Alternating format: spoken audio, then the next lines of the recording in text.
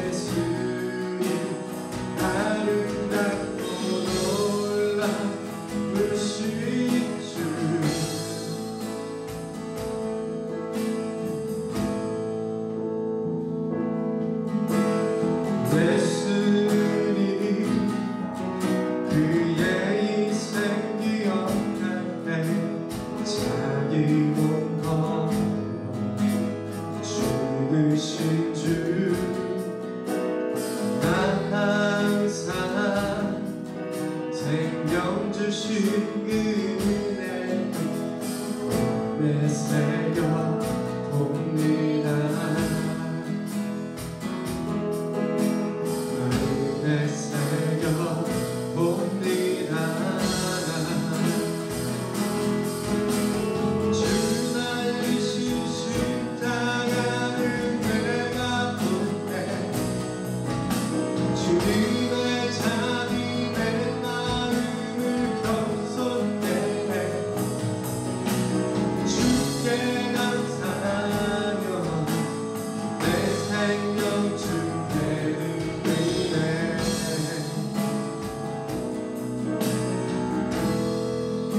이제는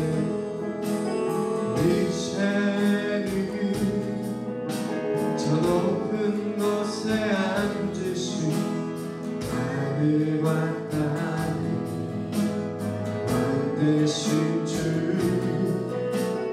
나 이제 놀라운 구원의 은혜 높여 찬양하리라.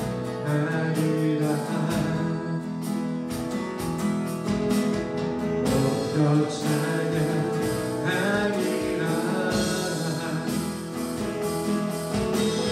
주 날리신 십자가를 내가 볼 때 주님의 잠이 내 마음을 경솔해 주께 감사하며 내 생명 주께 드리네. 주 날리신 십자가,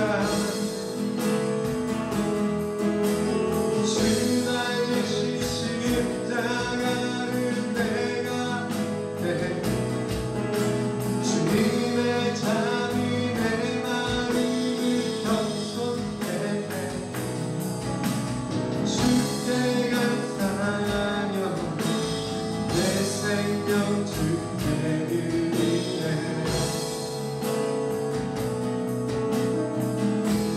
감사드리리 감사드리리 주의 십자가 나의 친구 되신 주, 감사드리리 주의 십자가 나의 친구 되신 주, 감사드리리 감사드리리 주의 십자가 나의 친구 되신 주, 감사드리리 주의 십자가 나의 친구 되신 주.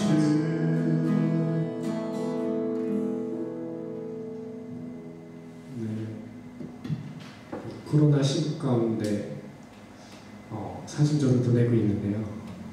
지난주에 장례식이 있어서 잠시 다녀온 일이 있었습니다. 그 가운데서 이 찬양의 가사가 너무나도 맴이 돌았는데요. 오늘 피었다지는 이름 없는 꽃과 같고 우리의 삶이 바다에 잠시 있다 없어지는 안개와 같다는 걸 한 번 더 느끼게 된 계기가 된 것 같습니다. 이 땅의 주인이신 주님이시랑 같이 찬양할 때 그런 고백 가운데 주님 앞에 나아갔으면 좋겠습니다. 이 땅의 주인 되신 주님이 내 이름 아시며 상한 맘 돌보네. 어둠을 밝히시는 새벽 방황하는 내 맘 주의 길 비추시네. 날 위하여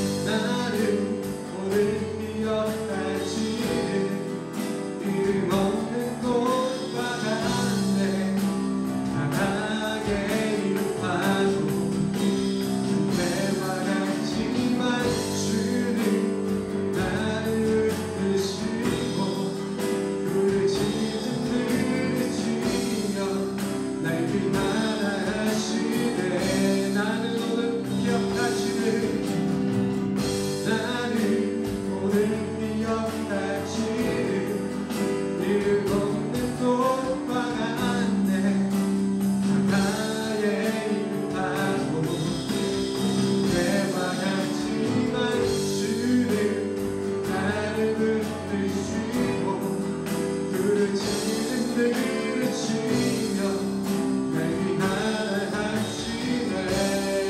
나는 오늘 기억하시는 나는 오늘 기억하시는 이름 없는 꽃과 같네. 나의 유파 때와 같지만 주는 나를 붙드시고 부르짖음 들으시며 날 위하시네.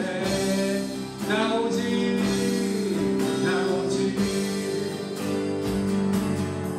주의 것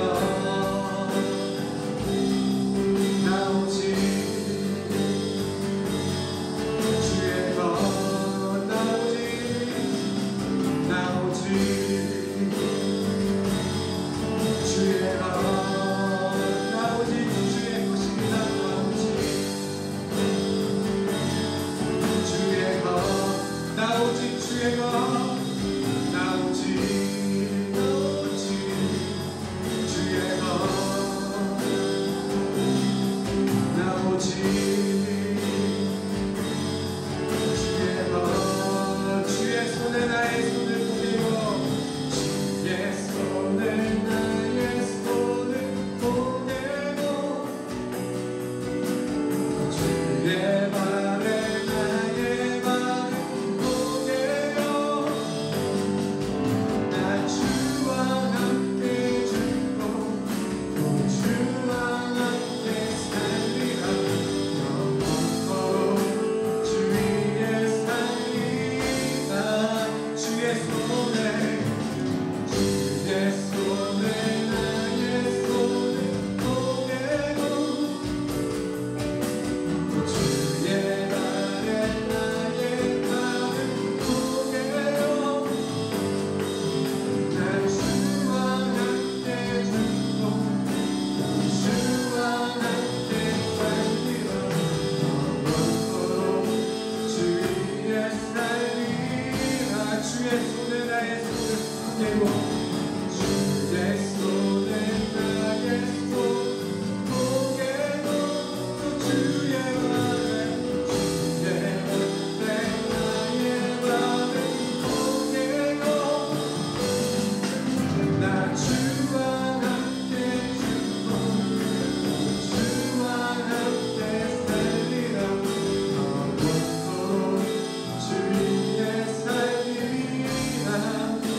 주 위에 살리라. 시간 예를 위해 다같이 성령을 기도하겠습니다. 사랑이 많으신 아버지 하나님 크신 우리 인도하여 주셔서 온전히 주님을 찬양합니다. 주님을 예배합니다. 아버지 혼란한 시국 가운데 온전히 주님을 의지하여서 아버지 주님을 의지하여서 살아가는 저희들에게 인도하여 주셔서 오늘 피었다 지는 꽃과 같은 저희들을 고백합니다. 아버지 바다 가운데 안개와 같은 고백합니다. 아버지 오늘 주님 앞에 나아가오니 시간 주님이 크신 우리 인도하여 주셔서 오늘 주님 예배하고 찬양하는 성도들 가운데 함께하여 주시옵시고 오늘 주님 많은 아버지 시간에 인도하여 주셔서 아버지 이 시간 모든 것 주님께 드립니다. 아버지 시간 모든 것 주님께 드립니다. 아버지 예배를 받아주시고 아버지 우리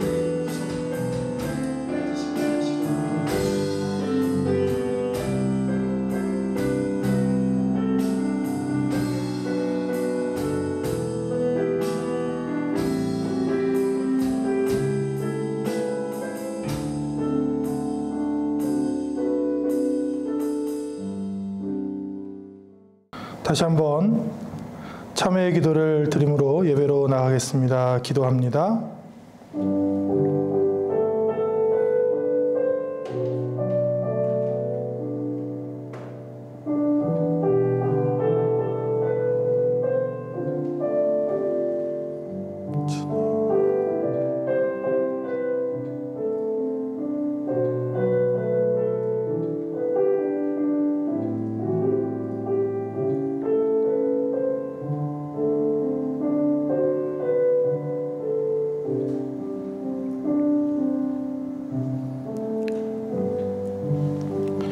참회하며 회개하며 나온 우리에게 하나님께서 이렇게 말씀하십니다.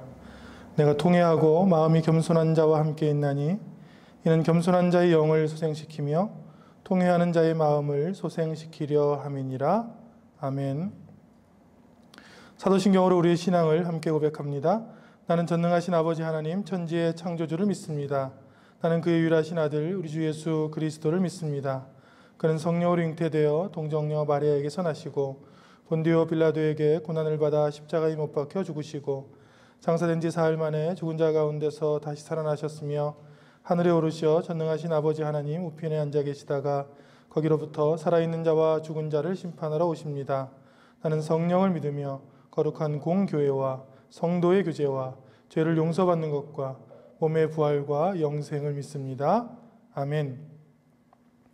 오늘 우리에게 주신 하나님의 말씀 다 함께 봅니다. 신약성경 고린도전서 14장 1절에서 40절 말씀입니다.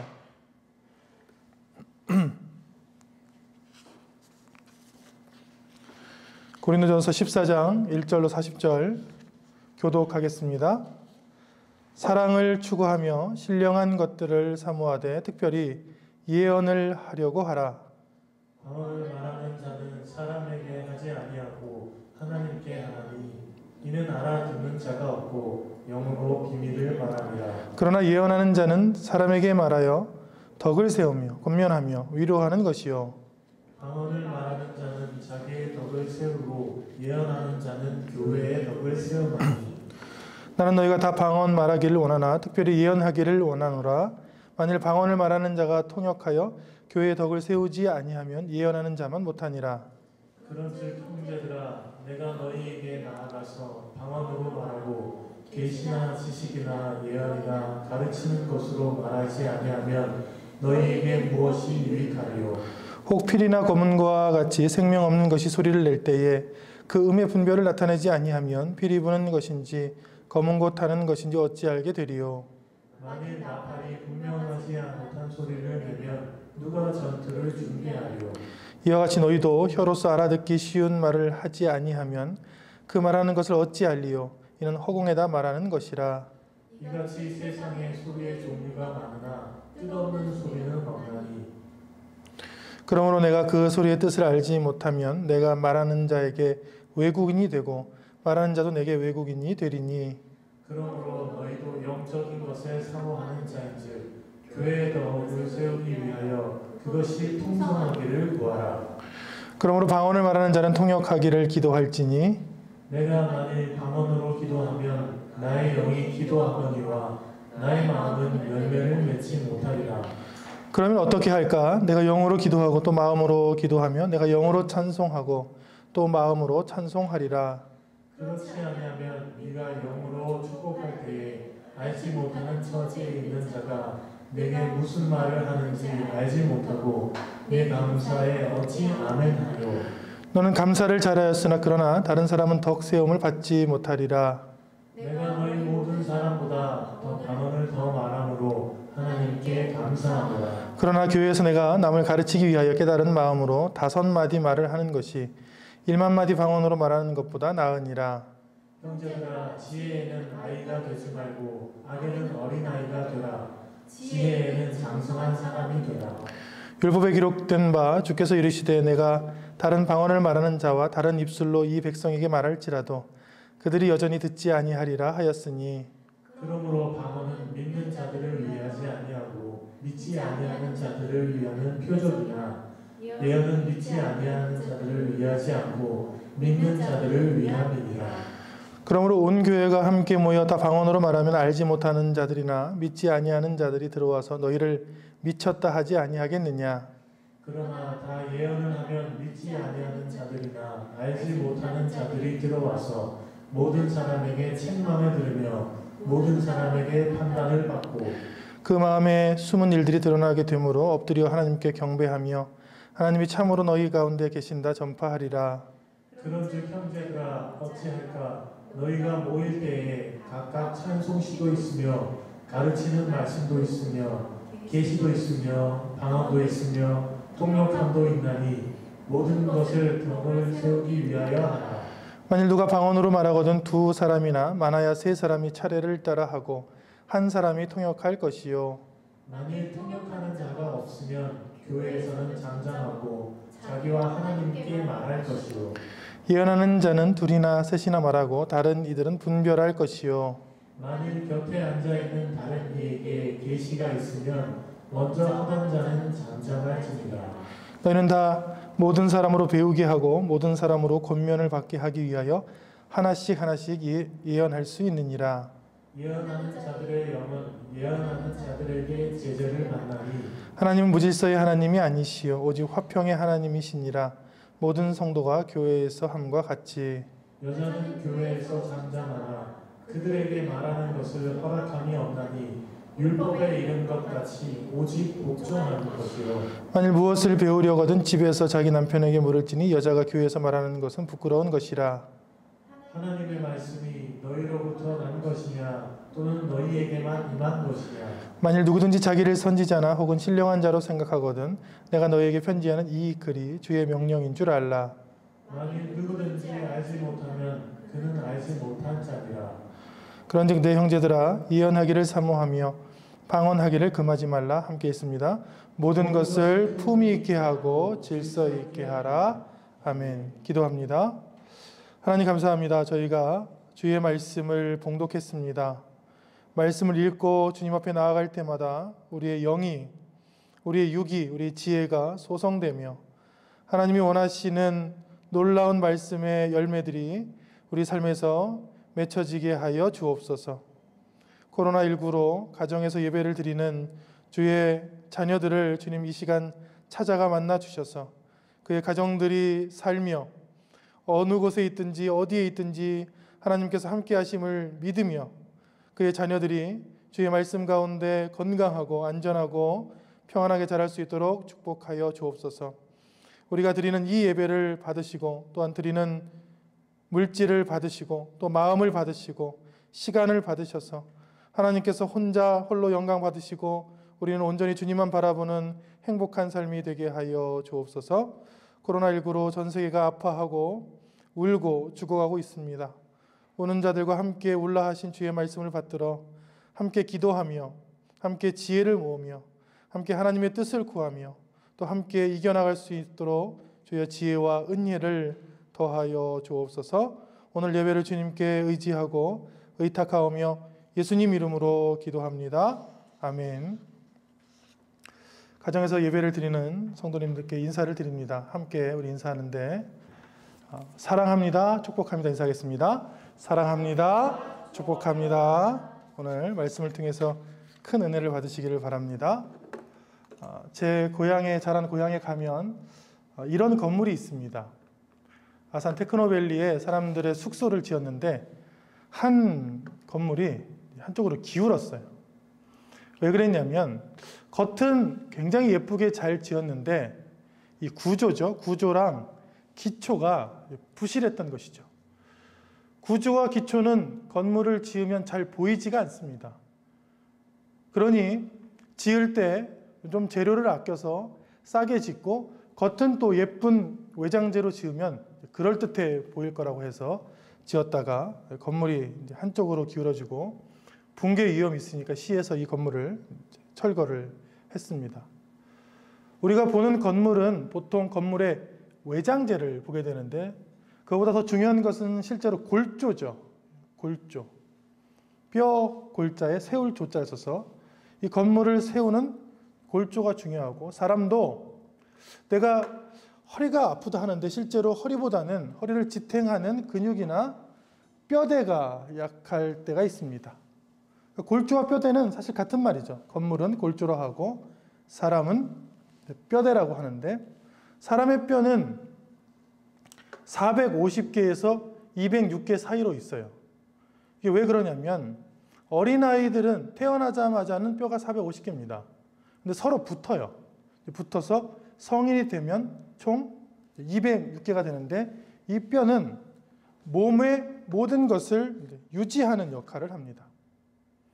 우리가 하고 있는 신앙생활에서 뼈대가 없고 겉으로만 화려한 것을 위선 혹은 외식하는 신앙이라고 하는데 겉보기가 중요하다고 생각하는 사람들을 예수님이 굉장히 싫어했어요. 그런 사람 중에 대표적인 사람이 바리새인입니다.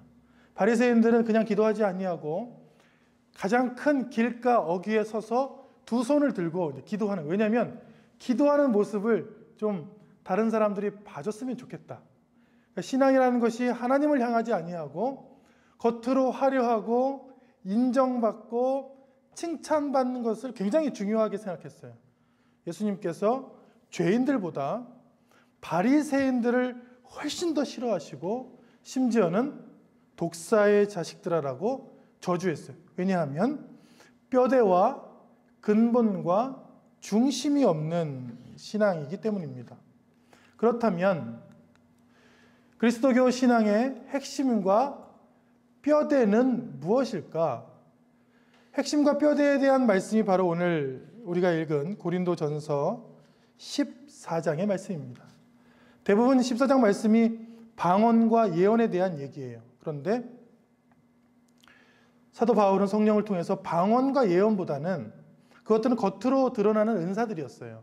그 중심에, 그리스도교 중심의 핵심과 뼈대는 무엇인가? 오늘 말씀 1절로 돌아가 보면 같이 읽습니다. 사랑을 추구하며 신령한 것들을 사모하되 특별히 예언을 하려고 하라.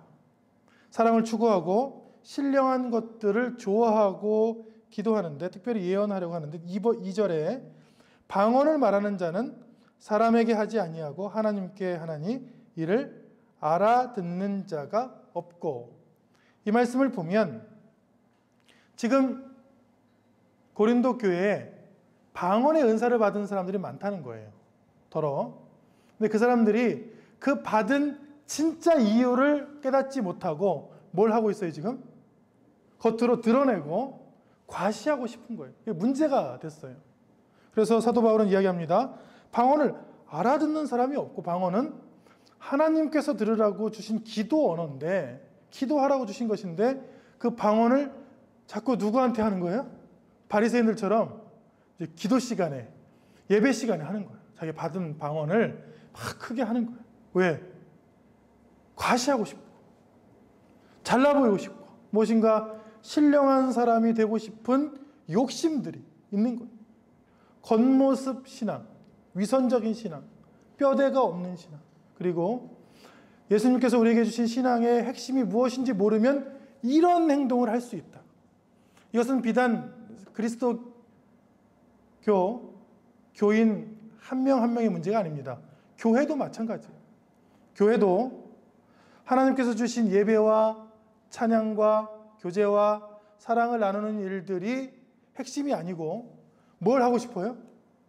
겉으로 좀 화려한 건물을 좀 짓고 싶다. 안에 인테리어는 누가 봐도 깔끔하고 예쁜 것을 하고 싶다. 어떤 곳을 꾸밀 때, 사람들에게 좀 보여줄 때 있어 보이는 것들을 하고 싶다는 마음이 먼저면 그것은 뼈대가 없는 건물과 같습니다. 그것은 구조가 없는 신앙과 같아요. 그것을 성경은 위선이라고 하죠. 그래서 이렇게 비난합니다. 사도 바울은 고린도 교회가 갖고 있던 방언의 은사는 굉장히 귀한 기도의 은사였어요. 그런데 방언을 말하는 자는 누구의 덕을 세웠어요? 자기의 덕을 세우고, 이것도 지금 문제를 이야기하고 있는 거예요. 고린도전서를 가만히 읽으면 먼저 문제가 나온다고 그랬죠. 교회에 문제가 나와요. 그리고 그 문제를 해결할 수 있는 말씀들이 뒤따릅니다. 어떤 문제냐면, 방언이라는 것은 하나님께서 기도하라고 주신 은사인데 그 방언을 사람들이 뭘로 사용했다는 거야? 자기의 덕을 세우고. 사실 저도 이런 유혹이 있었어요. 학교 다닐 때 이제 중학교, 고등학교 시절에 방언의 은사를 받았어요. 이게 얼마나 이게 신기한지, 처음에는 은사를 받았을 때는 깨닫지 못했는데 참 감사하고 좋았는데, 그 다음 주부터 사람들 앞에서 하고 싶은 거예요. 기도의 시간에 방언을 더 크게 하고 싶고, 왜냐하면 교회를 다니지 얼마 안 됐는데 나보다 오래 다닌 사람도 이 은사를 못 받은 사람이 많은데, 이 중3 시절에 하나님께서 은사를 주셨으니까 이 은사를 좀 교회에서 같이 기도하고 수련회 같은 데 했을 때 좀 같이 더 크게 하고, 좀 다른 사람이 좀 들었으면 좋겠다. 그래서 그 기도의 시간 30분, 1시간 내내 하나님께 집중하지 아니하고 어떻게 했어요? 사람에게 내가 더 하나님의 사랑, 하나님의 은사를 받은 사람, 은혜를 더 많이 받은 사람, 더 위대한 사람이 되고 싶은 욕심들이 들어오기 시작하니까 문제가 하나님이 보이지 않더라고요. 사람이 보이는 거예요.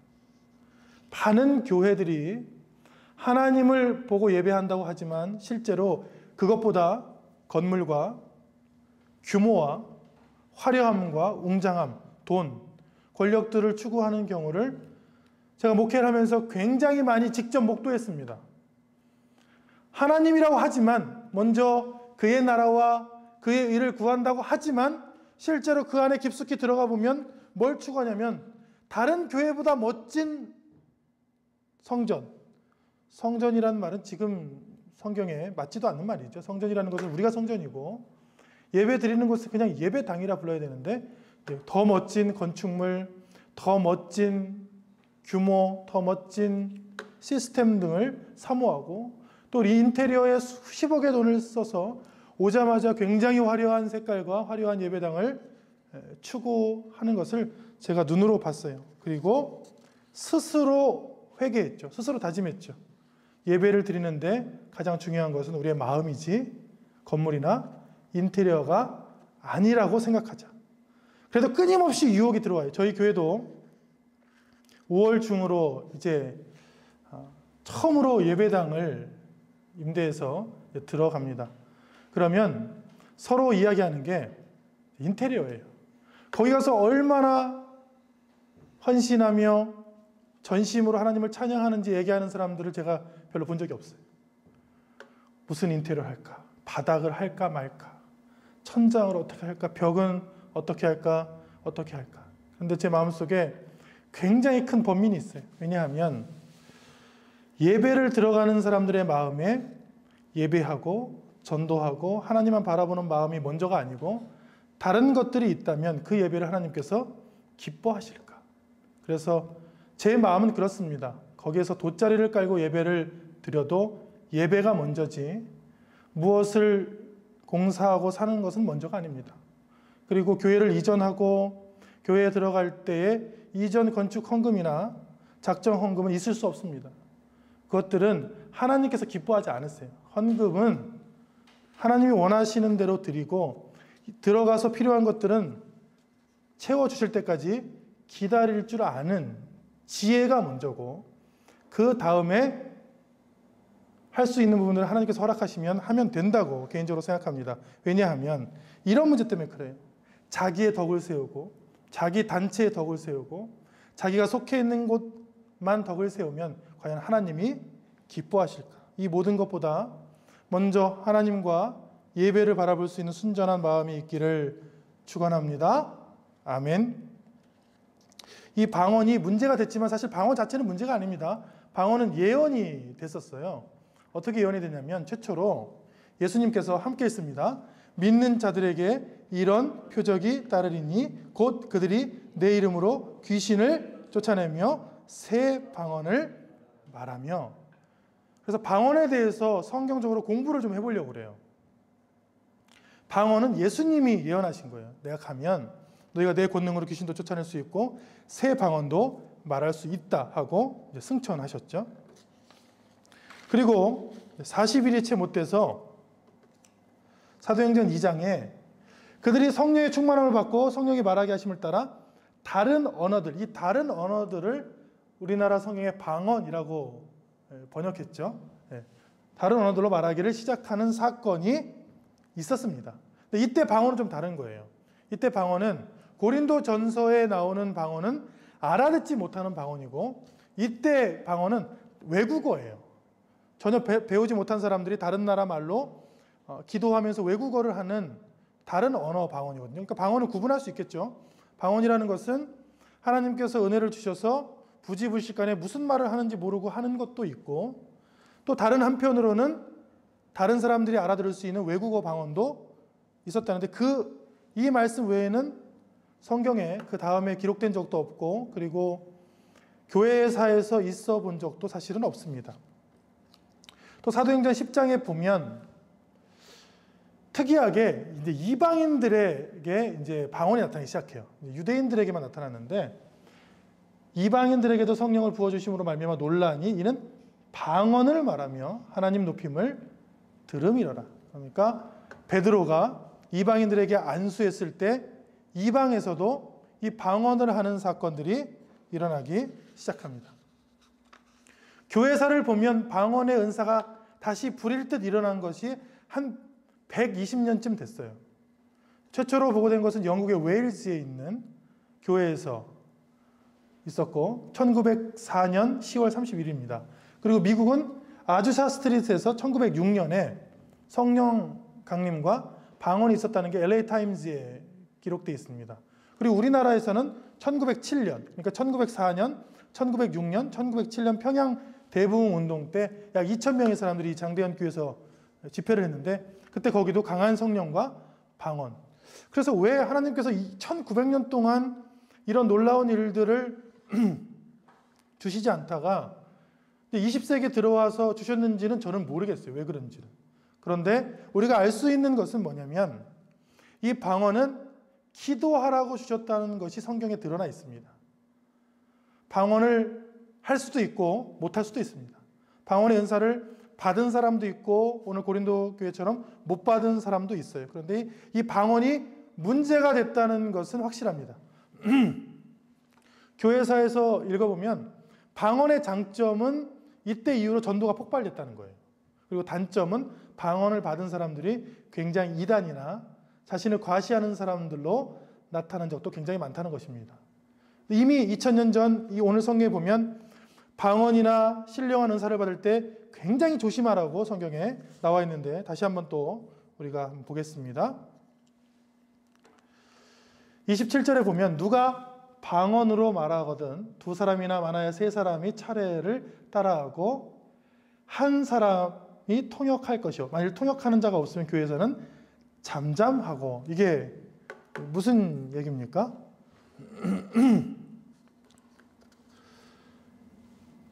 방언을 질서 있게 하라는 거예요.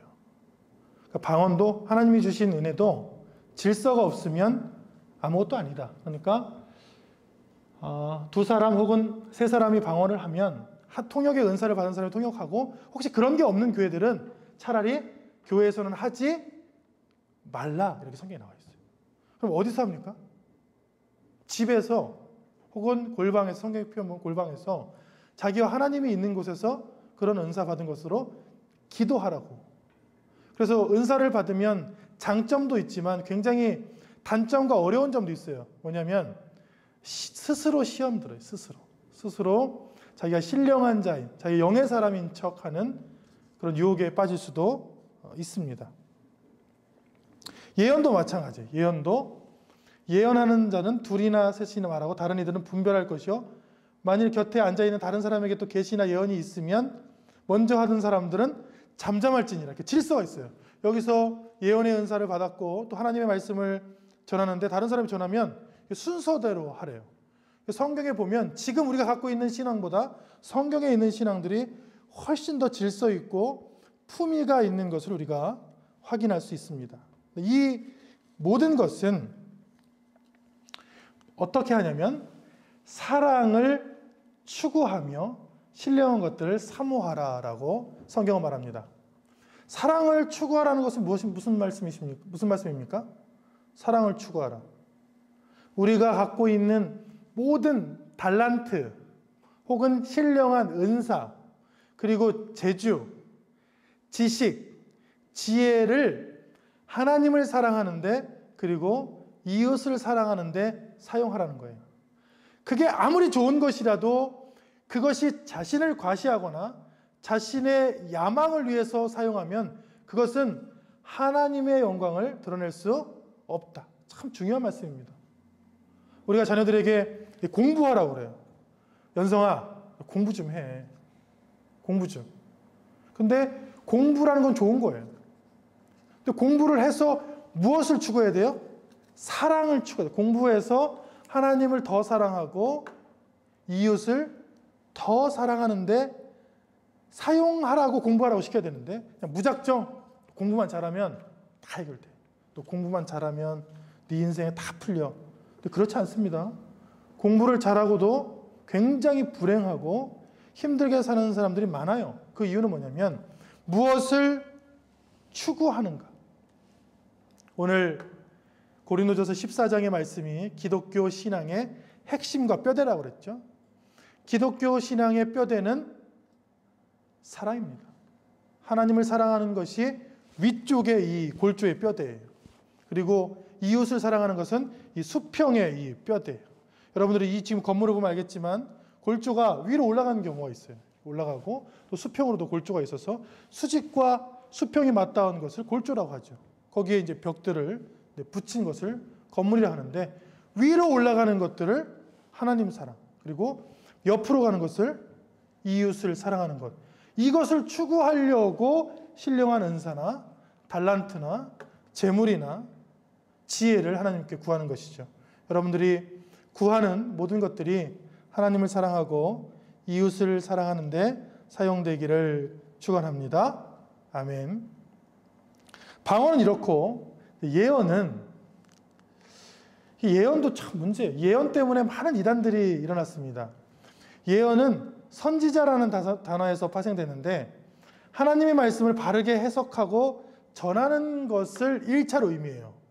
우리가 예언이라 하면 앞으로 저기 앉아있는 우리 연성이는 앞으로 어떻게 될 거야 이렇게 생각하잖아요. 근데 성경의 단어를 보면 그것이 예언이 아니에요. 뭐가 예언이라고요?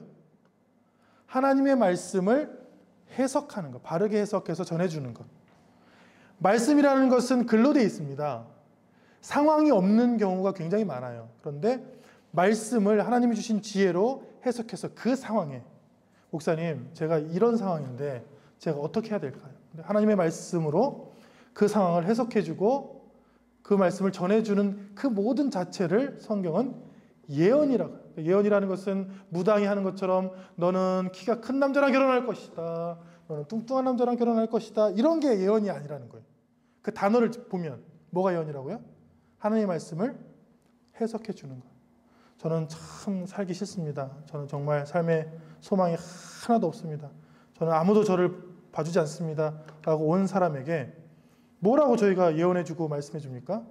하나님께서 자신의 사람들을 사랑하시되 끝까지 사랑하신다는 말씀이 요한복음에 있어요. 그 말씀들을 읽어주고 권면해 주면서 하나님은 다른 사람들은 다 몰라도 버려도 하나님께서는 당신을 사랑해 주십니다라는 그런 권면과 위로와 말씀을 전하는 것을 성경은 예언이라고 표현합니다. 우리가 하나님의 말씀을 바르게 해석하고 전해줄 때에 그 말씀을 통해 위로와 권면과 영이 사는 일들이 일어나기를 간절히 축원합니다. 아멘. 그래서 3절 말씀 같이 읽습니다.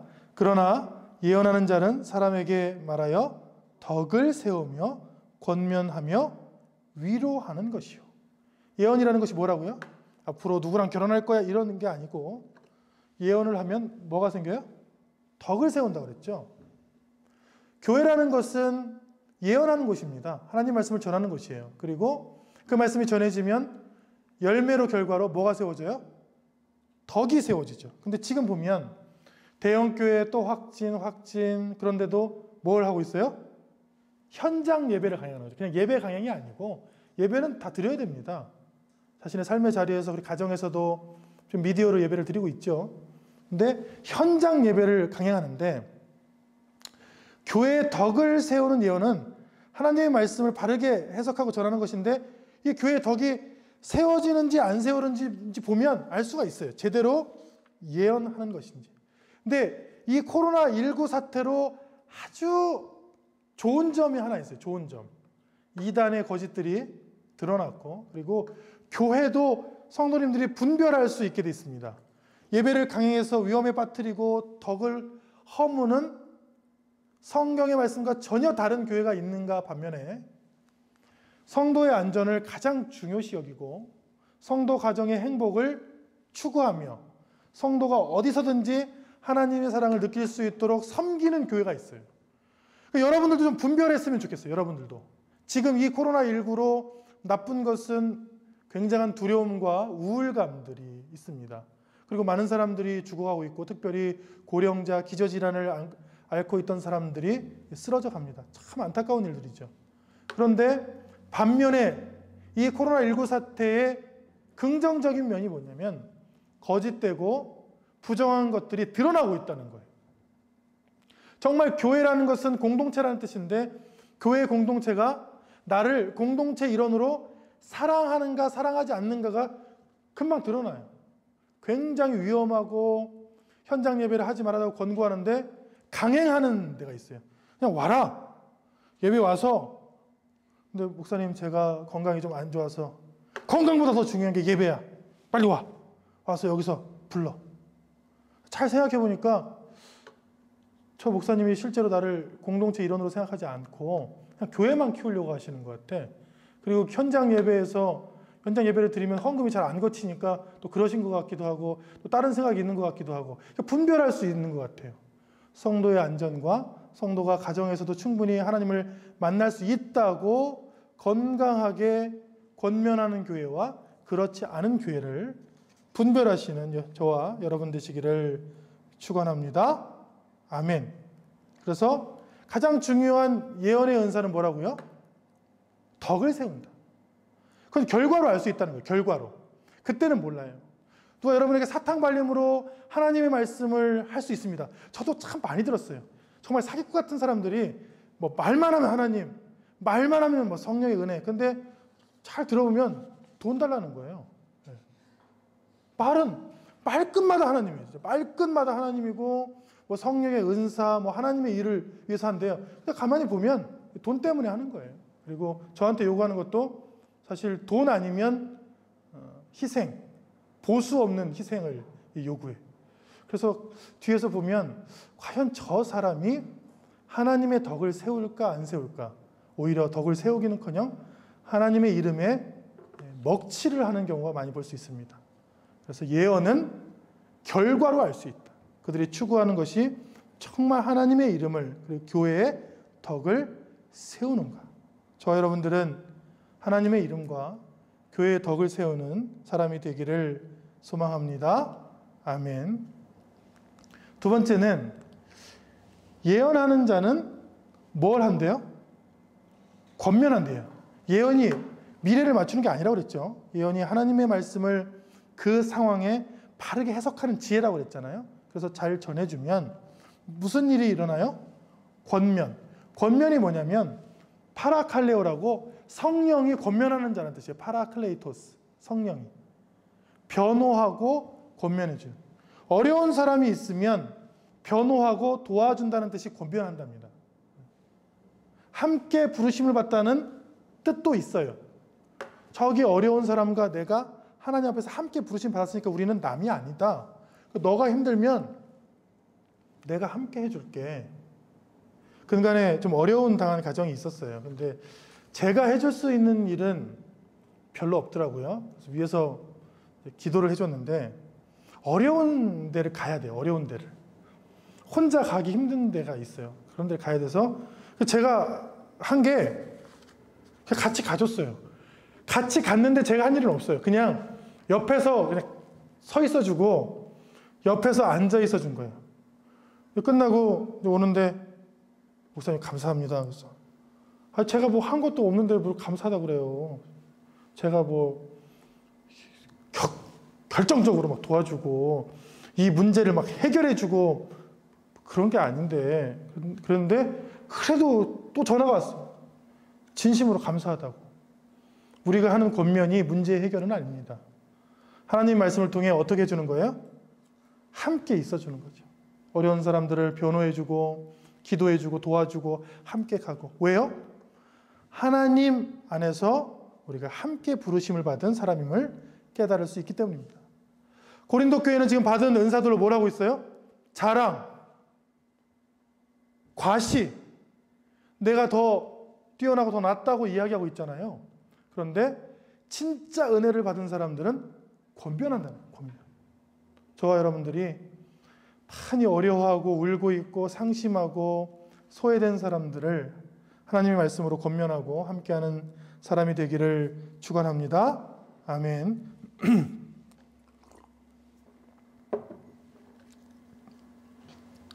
세 번째, 예언하는 자는 뭐 하는 사람이에요? 위로하는 사람이라고 오늘 성경에 나와 있습니다.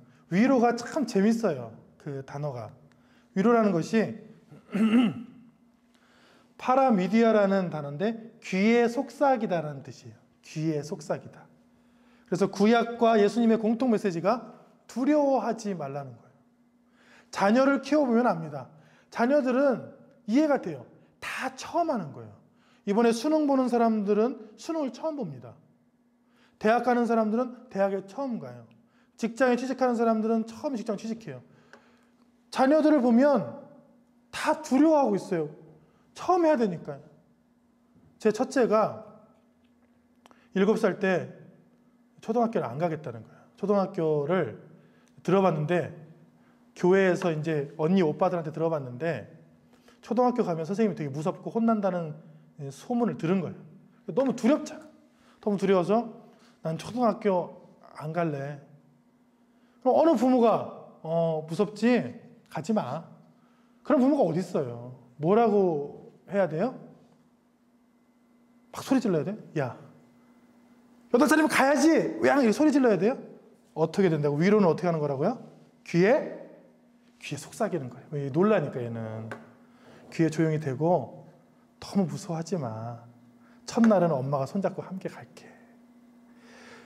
선생님이 사랑으로 받아줄 거야. 그리고 너만 있는 게 아니라 30명의 네 친구들이 함께 앉아 있을 거야. 그러니까 두려워하지 말고 가. 그게 위로라는 거예요.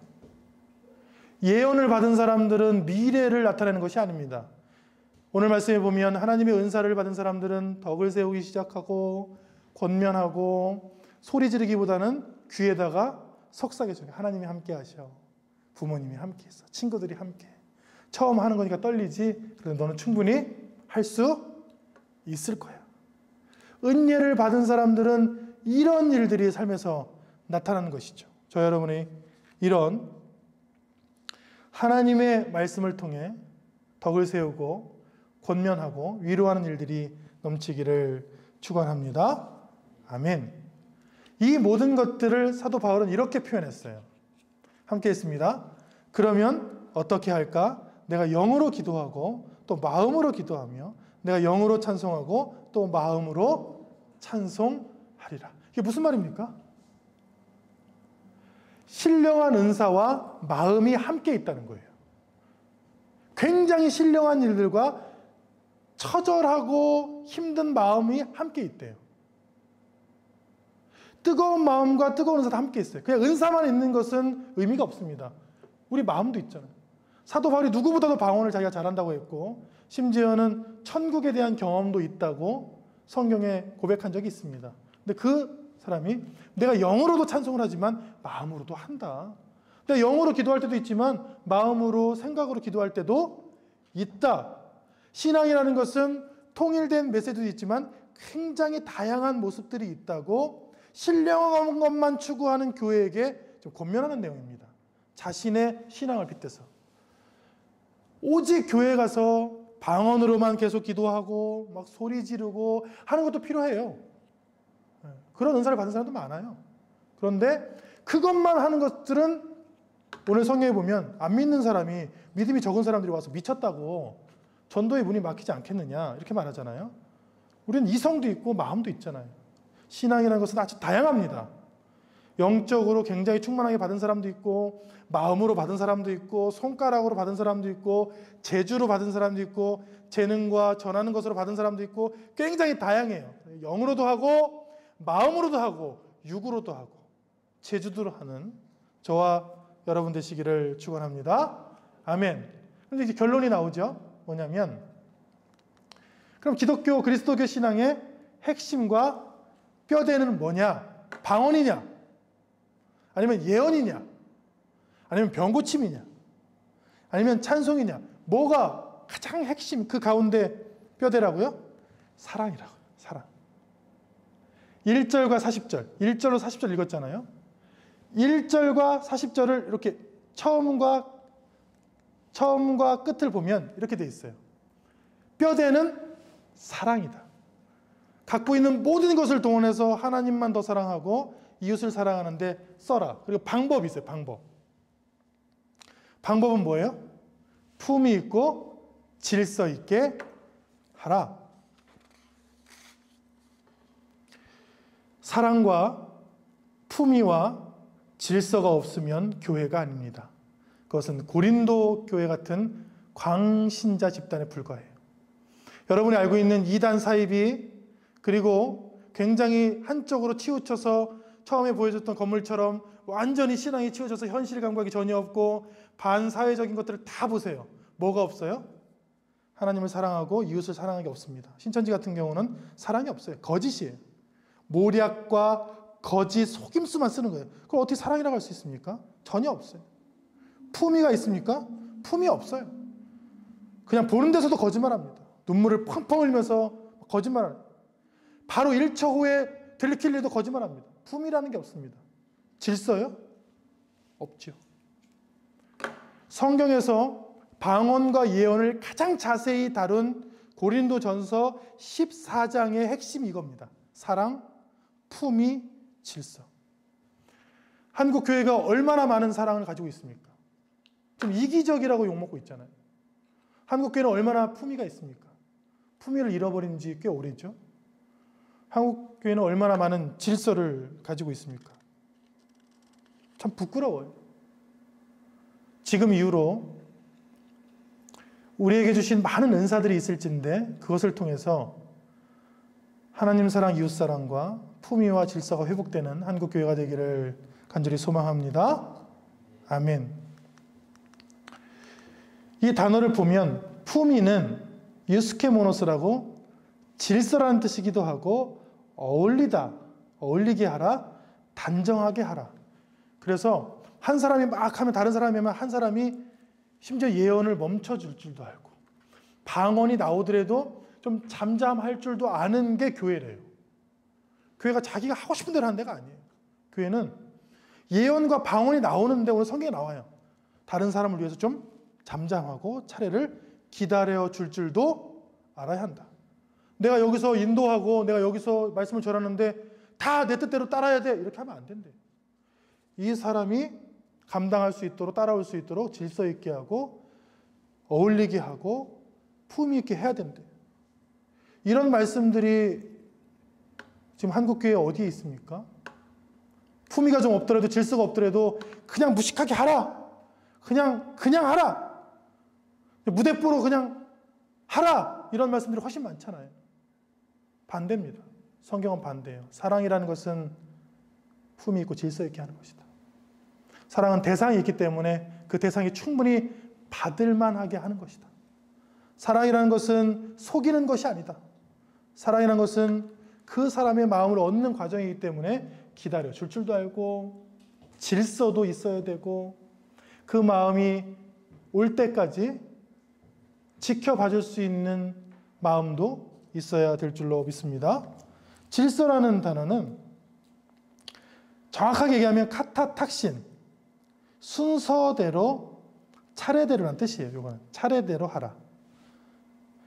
공동체 조직이라는 뜻도 있는데 차례대로 이게 뭐냐면 서로 고린도전서를 읽으면 막 먹는 것도 서로 먹고 방언도 막 서로 크게 하고 그러니까 차례를 지킬 줄 몰랐어요. 순서를. 교회라는 것은 기다려서 내 차례에 내가 할 수 있는 것이 교회인 줄로 믿습니다. 우리에게 주신 예배, 찬양, 공부, 지혜, 방언, 성령의 각종 은사 혹은 세상의 재능, 달란트, 젊음, 이 모든 것들을 오늘 말씀처럼 하나님을 사랑하는데 이웃을 사랑하는 데 사용하시기를 축원합니다. 그리고 그 과정도 질서 있고 순서대로 차례대로 그것을 함께하는 사람들의 마음이 다치지 않게 그 사람들을 배려하고 사랑할 수 있도록 하기를 축원합니다. 아멘. 기도하겠습니다. 살아계신 하나님 감사합니다. 고린도전서 14장을 통해 방언과 예언의 은사를 우리가 보았습니다. 아무리 좋은 은사라도 고린도 교회처럼 자신을 과시하며 자신을 드러내며 자신을 나타내며 자신의 야망의 도구로 사용하는 것은 하나님께서 싫어하신다고 말씀하셨습니다. 그 모든 것을 하나님을 사랑하는데, 가족을 사랑하는데, 이웃을 사랑하는데 사용하라고 말씀하셨습니다. 자금의 교회가 교회의 이기주의, 교회의 화려한 건축을 우선시하는 주의, 교회의 돈과 교회의 권력을 추구하는 주의에서 벗어나 사랑을 추구하게 하여 주옵소서. 그리고 그것을 행할 때에 품위 있고 차례대로 질서 있게 할 수 있는 성숙한 믿음을 허락하여 주옵소서. 그리하여 주님의 은사가 발현될 때에 덕을 세우고 권면하고 위로하고 치유되는 일들이 일어나게 하여 주옵소서. 예수님 이름으로 기도합니다. 아멘.